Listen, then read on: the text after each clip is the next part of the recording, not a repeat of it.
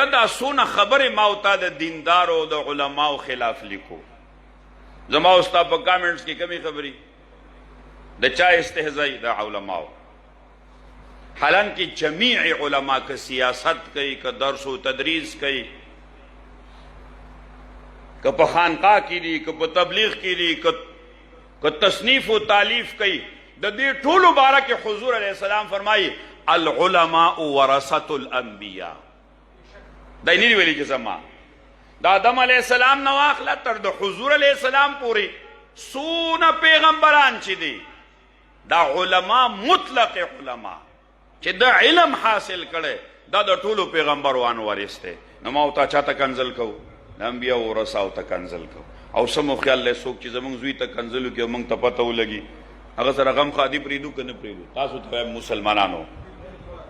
و توایو کن نوایو تا زما وارث بی عزت کڑو گورا وتا نو زما زوی درغلے و زما ورار درغلے و زما خوری تا خبری کڑی تا با زما سترگو تا کتلی وے کہ قیامت کی دا ټول پیغمبران ما تا ہوئی چی عاصمہ دا فلان کے شکیل انور مولا دا زما وارثو، دا نصیر مولی صاحب لائق زادہ مولی صاحب دا زمان وارثانو.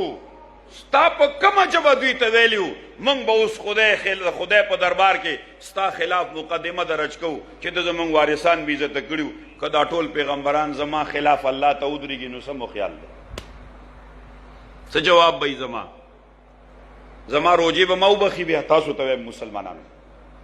تاجد با میو بخی سلور میاشتے و تبلیغ با میو بخی درس و تدریس با میو بخی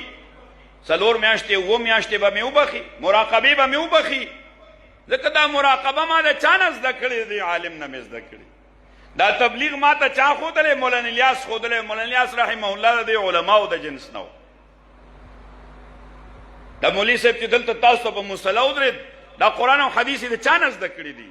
دا پٹی کی ندیز دکڑی لوار نے ندیز دکڑی زمیدار نے ندیز دکڑی دا دا عالم نز دکڑی دی نو منگ در پردہ نو دی سیزون لگ را کوز شئی دا ایمان حفاظ